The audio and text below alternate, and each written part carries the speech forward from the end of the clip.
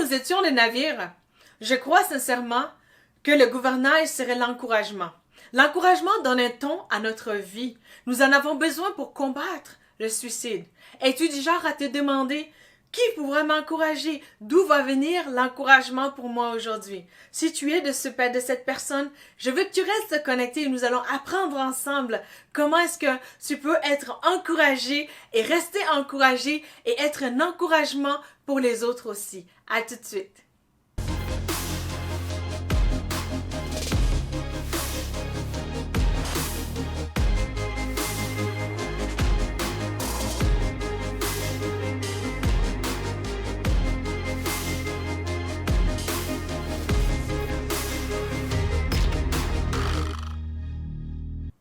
Une étude effectuée auprès de 2 groupes nous démontre l'importance de l'encouragement. Dans ces 2 groupes, il y avait quelque chose en commun, c'est que le groupe devait se tenir debout sur une brique de glace et d'endurer la souffrance. Le groupe qui recevait l'encouragement pouvait endurer la souffrance 2 fois plus de temps que le groupe qui ne recevait pas d'encouragement. Je crois que c'est si fort pour nous et que c'est d'actualité encore. Merci Seigneur pour ta parole ce moment. Père, je te prie qu'au son de ma voix, que tu envoies l'encouragement à toutes les personnes qui vont entendre cette vidéo. Seigneur mon Dieu, que leur cœur reste encouragé, mais aussi Seigneur qu'à leur tour, ils puissent prendre leur croix et être un encouragement aussi pour d'autres qui sont dans le besoin. Dans le précieux nom de Jésus-Christ. Amen. Aujourd'hui, nous allons apprendre 2 volets très importants de l'encouragement. En premier lieu, il faut savoir que Dieu lui-même est notre plus grand encouragement. Et oui, le Saint-Esprit, par son nom, le Parakletos, et qui est traduit aussi par le grec du Nouveau Testament, est vraiment celui qui nous encourage, qui est notre source d'encouragement, l'aidant. Donc, quand tu connais cela, tu sais aussi que le Saint-Esprit travaille aussi avec sa parole. Et la parole que Dieu a mis en toi, sa parole va t'aider aussi à être encouragé. C'est une plus grande source aussi d'encouragement. C'est que, pour moi, lorsque je passe par des moments difficiles, de proclamer ces quelques versets qui m'aident vraiment, je vais t'en nommer 3 parmi ces versets-là, ça m'impacte vraiment et je demeure encouragée par la parole de Dieu en proclamant que le juste tombe 7 fois, mais 7 fois il se relève. Pour moi, c'est un encouragement que peu importe le nombre de fois que je vais tomber, Dieu va me relever. Également, la parole de Jésus qui nous dit également dans Romains, je pense chapitre 8, verset, je crois bien 28, qui nous dit ceci: que toute chose concourt au bien de nous qui aimons Jésus, qui est appelé selon son dessein.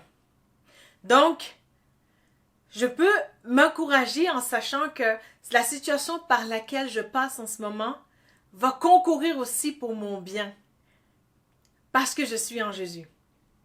Et en dernier lieu, ce passage qui est dans Lamentation chapitre 3, verset 20 à 23, me fortifie également à savoir que voici ce dont je veux penser. Les bontés de l'Éternel ne sont pas à leur terme, elles ne s'épuisent pas, mais elles se renouvellent chaque matin.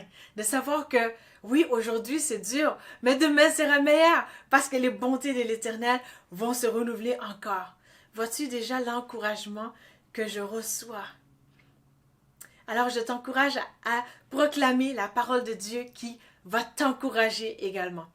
Également, il y a le parler en langue qui est une source d'encouragement. La parole nous dit que parler en langue, celui qui parle en langue s'exhorte lui-même. Donc, lorsque tu parles en langue, tu es en train de t'encourager et c'est très biblique de parler en langue. Il est écrit, l'apôtre Paul, qui se vantait même de parler plus en langue que tout le monde qui était dans son époque. En fait, nous exhorte également, j'aimerais que tous parlent en langue. Donc, si tu as le don de parler en langue, je t'encourage à parler en langue parce que en ce faisant, tu vas t'encourager toi-même. Et cela nous amène aussi à un deuxième point. Donc, en deuxième lieu, pour rester encouragé, il y a des modèles que Dieu a mis sur ta vie. Et en suivant leur modèle, tu vas voir comment que tu vas recevoir l'encouragement que Jésus a pour toi aussi.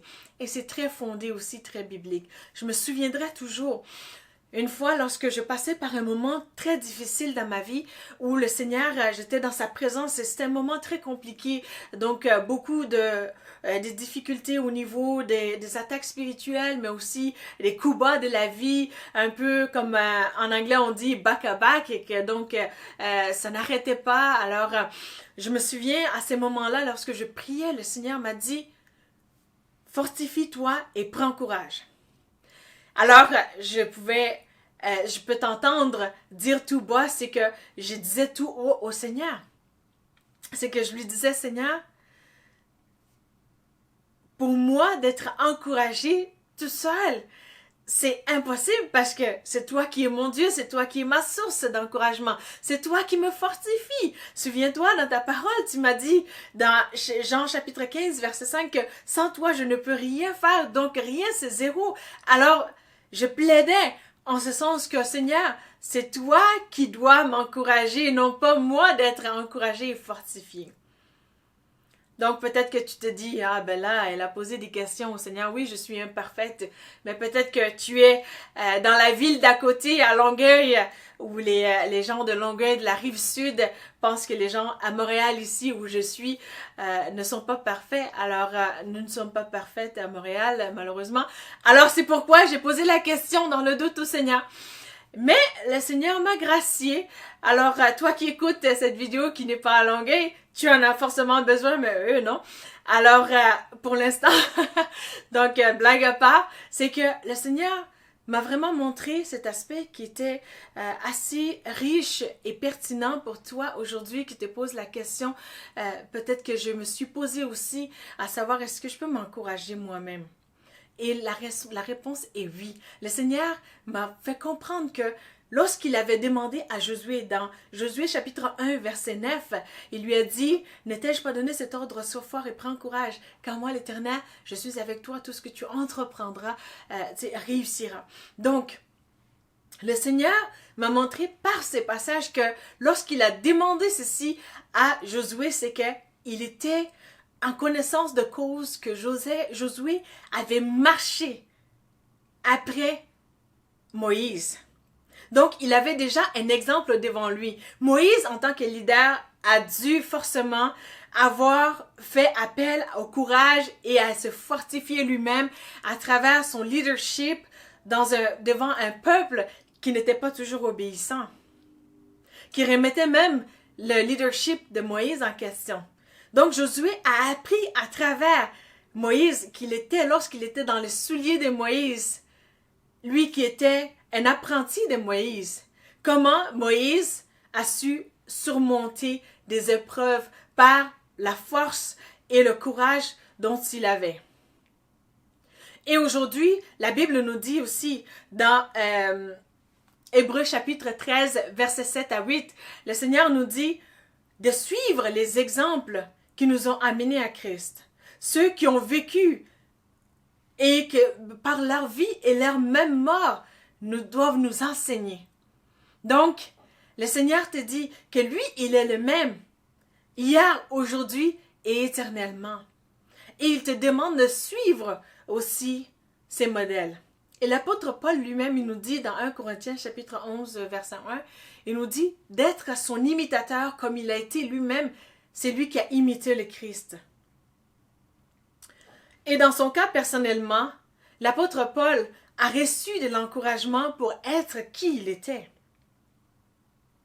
Anciennement, alors qu'il était persécuteur, lorsqu'il est venu à Christ, eh bien, son mentor, Barnabas, était celui qui l'aidait à l'encourager aussi. Et j'ai lu dernièrement un livre qui m'a vraiment impacté sur l'importance de l'encouragement et cet exemple même de l'apôtre Paul versus Barnabas. C'est un livre qui s'intitule Encouraging One Another, c'est-à-dire encourager les uns les autres, de Guinness et Gates, oui, un docteur, un PhD. Alors, c'est dans son livre vraiment, il nous démontre comment que Barnabas pouvait se sentir lorsque il appelait l'apôtre Paul, comment que Jésus l'appelait. C'est que devant tous les autres disciples, c'est lui qui pouvait dire sûrement, investissez dans cet homme, c'est un homme de Dieu, c'est un homme fort, c'est un homme appelé de Dieu. Dieu va faire de grandes choses dans sa vie, croyez en ce qu'il va dire, c'est un futur leader pour le corps de Christ. Et je pouvais entendre les autres disciples dire, mais est-ce que ça va, Barnabas? Est-ce que tout va bien? Parce que cet homme auquel tu fais des éloges ou que tu mentionnes, que tu introduis de telle manière, n'oublie pas que c'est un persécuteur, c'est un malfaiteur, c'est quelqu'un qui qui en a contre l'Église de Christ. Mais l'apôtre Paul a reçu cet encouragement de Barnabas. Et Barnabas, d'ailleurs, son nom est assez significatif. Anciennement, il s'appelait Joseph. Mais de Joseph, les disciples ont cru bon de le nommer Barnabas, ce qui veut dire le fils de l'encouragement. En ce sens que Barnabas, il vendait ses biens et il venait mettre tout l'argent aux pieds des disciples pour les aider dans leur mission. En plus de cela, ce n'était pas juste un homme généreux, mais c'était un homme qui encourageait littéralement les gens. Et à son tour, l'apôtre Paul, lorsqu'il faisait mission, au moment où il faisait mission avec Barnabas, ils se sont rendus à l'église Antioche. Et rendu là-bas, les leaders demandent, est-ce que vous voulez apporter un encouragement? Et l'apôtre Paul, sans hésiter, va apporter l'encouragement alors que Barnabas était là. On peut littéralement voir, c'est comme si qu'il a entendu cet encouragement de Barnabas alors qu'il a été encouragé par ce modèle qui est Barnabas. Lui-même, il transmet cet encouragement à cette église. C'est si fort que ça, l'encouragement. Également, c'est notoire que l'apôtre Paul était aussi les leaders qui chapeautaient Timothée. Et l'exemple qu'il était a pu se déteindre aussi sur Timothée. Donc aujourd'hui, la parole de Jésus est un encouragement pour toi, en ce sens qu'il donne aussi cet exemple qui est l'apôtre Paul. Et il y a d'autres modèles que Dieu a mis sur ton chemin qui sont encore vivants aujourd'hui. Je t'encourage à suivre leur exemple, parce que à travers leur exemple, s'ils sont passés par des épreuves quelconques, les clés spirituelles que Jésus leur a données, soit pour les délivrer de ces situations ou bien pour bâtir un caractère en eux qui est biblique, un caractère qui les amène vers la sanctification, alors ce sont des exemples pour nous à suivre aujourd'hui. Je me souviendrai toujours une fois où j'ai reçu vraiment un appel de la maman de quelqu'un que je suivais de près. Ça faisait 1 an et demi que je la suivais dans sa maladie. Elle était souffrante du cancer et puis elle avait à peu près 23 métaux dans son corps et il y avait des paralysies au niveau de certains membres de son corps et puis c'était les derniers moments de sa vie. Et la journée que j'ai reçu l'appel de sa maman pour lui venir en aide, pour venir aller la rendre visite avant qu'elle n'aille aux soins palliatifs, donc dans les coulisses de la mort. Alors, la même journée que j'ai eu l'appel, je me suis dit, bon, je vais aller l'encourager, je vais aller lui partager la parole de Jésus, je vais prier avec elle. Sauf que cette journée-là, c'était aussi la journée de ma fête. Et donc, je me suis retrouvée que c'était une journée où j'avais besoin d'encouragement émotionnellement. Je passais par tout vent d'émotions aussi. Et puis avec la grossesse, il y avait la fatigue, il y avait l'inconfort. Et puis je me disais, bon ben moi j'ai besoin d'encouragement. Mais le Seigneur m'a fortifié et m'a permis de pouvoir aller l'encourager. Et lorsque j'ai été la voir, j'étais là, je lui donnais une manicure, je l'aidais, je la soutenais, puis je lui ai apporté de l'encouragement, puis on a prié ensemble et elle était bien, et puis on a pu rire ensemble, c'était un bon moment. Et je me souviens que sur le chemin de retour, vraiment, le Seigneur avait déversé une telle joie dans mon cœur, c'était incontenable. À un tel point que j'étais dans le transport en commun et j'essayais de me cacher pour éviter que les gens me regardent. Donc, nous sommes un avec l'Esprit de Dieu. Lorsque on passe par une situation où on donne un geste d'encouragement, vraiment, le Seigneur, en retour, bénit aussi. Parce que quand son cœur est content, on peut sentir notre cœur aussi être content.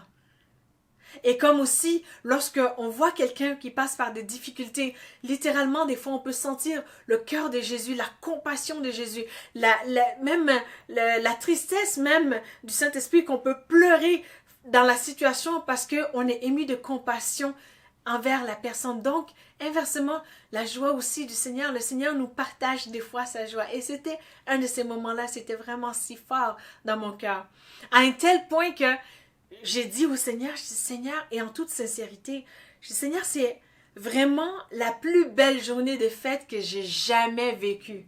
Pourtant, il n'y avait pas là des gâteaux, il n'y avait pas là des souhaits, il n'y avait pas des bisous habituels, des accolades. Donc, il n'y avait pas tous ces chants, ces parties, cette fête extraordinaire comme on a de coutume lorsqu'on fait notre fête. Mais si je venais d'encourager quelqu'un qui passait par des coulisses de la mort. Et le Seigneur lui-même m'a encouragé, m'a fortifié. Alors je veux vraiment t'encourager aujourd'hui afin que, alors que tu vas t'encourager toi-même par le Saint-Esprit qui est ton plus grand encouragement, par la parole de Jésus et par la prière en langue, par aussi des modèles que Jésus a mis devant toi, que tu vas t'encourager toi-même et rester encouragé. J'encourage vraiment à tendre la main pour voir qui le Seigneur a mis devant toi afin que tu puisses aussi apporter cet encouragement à cette personne aussi qui en a tant besoin, qui ne sait pas comment être encouragée. Et tu vas peut-être même partager cette vidéo, j'espère, avec cette personne-là afin qu'elle puisse apprendre à se relever tout seul aussi par la parole de Jésus, par l'Esprit de Jésus, et faire la différence dans sa vie et dans la vie des autres aussi autour de toi. Je veux vraiment que tu saches que ta vie, elle est tellement importante et que lorsque tu étends ta main vraiment pour venir être un encouragement pour d'autres, parfois parce que même toi, tu as besoin d'encouragement et que tu fais ce sacrifice-là des fois. Oui, des fois, on fait ce sacrifice. Et le Seigneur va lui-même t'apporter secours. Alors, reste fermement encouragé aujourd'hui et sache que ce que tu vas s'aimer dans la vie des gens, ça va porter fruit. Et que alors que tu es l'encouragement pour les autres, vraiment, des vies brisées vont être restaurées par ton encouragement, tout comme on a vu au tout début. Vraiment, cette puissance de l'encouragement qui peut nous aider à endurer les souffrances, à endurer les difficultés et à faire même le double de qu'est-ce que même les gens normaux ne peuvent pas faire, normaux entre guillemets. Donc, reste encouragé et sois un parfum d'encouragement pour tous les gens autour de toi. Je te dis à bientôt pour une nouvelle vidéo. Ne manque pas de mettre une pause et ne manque pas de t'abonner à ma chaîne afin de recevoir de nouvelles vidéos. À bientôt.